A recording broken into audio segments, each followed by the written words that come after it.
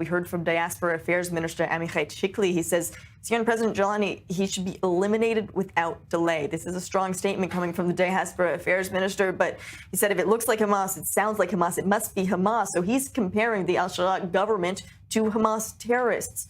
Is this a common growing sentiment in Israel, and how could this harm even the potential for ties with Syria? Julani or Ahmed Ashara, by whatever name, presents a conundrum to the world and very definitely to Israel because, of course, he has a jihadist past, and it's very easy to sound tough and to say we're not going to be fooled and he is what he always was and we want to eliminate him. But there are other players in the world who are very open to the idea of redemption. It's a Christian idea, and they're prepared to contemplate that Ashara may be, in fact, a force for good now that he's in power. And, you know, he's certainly making noises that would suggest a willingness to run Syria in a manner that may not be democratic, but may be somehow more fair and more viable from Israel's perspective even. Than has been the case in the past. For Israel, the whole thing is a big challenge because the Druze community in Israel itself serve in the army. They're very loyal citizens. It's a very big success story in Israel's relations with the Islamic world that the Druze, if we are to see them as Muslims, are so patriotic an Israeli minority. And of course, Israel has not had trouble with the Druze in the Golan Heights, unlike the Palestinians in the West Bank. And so they also need to be pacified, of course. And this is at the root of why Israel is so interested in taking the side of the Druze and protecting the Druze in the area near the border on the Syrian side of the Golan. All that is clear. But on the other hand, I don't have the telepathic powers of Minister Shikli, and I don't really know what Ashara wants to do. I do sense that he is an Arab leader who's willing to meet with Israelis. He's an Arab leader who convinced Trump, who Israelis seem to admire, that he's serious and turned a new leaf and prepared to make peace with Israel. And what is truly incredible is that there are signals that he may be willing to do some sort of normalization deal with Israel that doesn't involve a return to the Golan Heights, which is every Israeli's fantasy, including the most left-wing Israeli, doesn't really want to give up the Golan Heights because of the tremendous strategic value.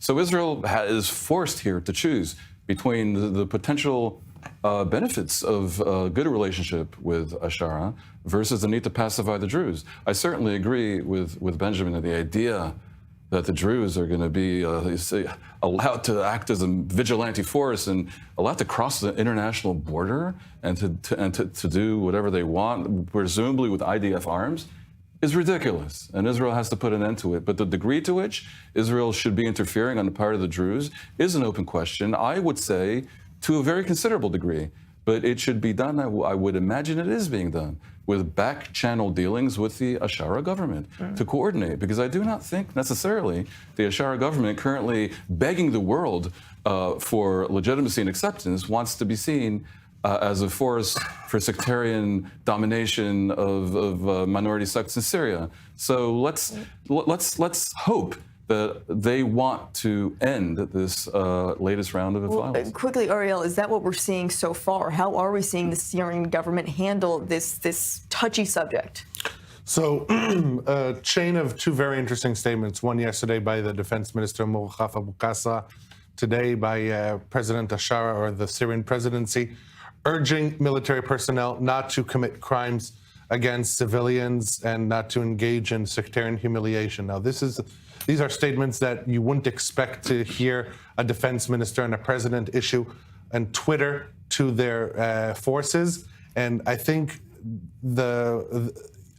often you say the medium is the message, and I think having these statements on Twitter is intended not for internal consumption, but rather for the international community to try and show that they are attempting to prevent these crimes from being committed. But we've seen dozens of videos, not just of extrajudicial killings, of field executions, of these mass humiliations. These crimes are happening, and they're being conducted by forces of the Syrian General Security. These are under the umbrella of President Ashara and the defense ministers. There's a bigger thing here, which is what happens when former terrorists become part of the state's military infrastructure, the kind of deal we're talking about seeing maybe one day in Gaza. These Syrian forces a few months ago, many of them were basically rebels, and some of them were, not nice rebels. Well, Some have ISIS patches on their. Yes, we've on seen the their videos that are vests. coming out. All right, Ariel Osirian, thank you for bringing us the up-to-date information. We do have to move on.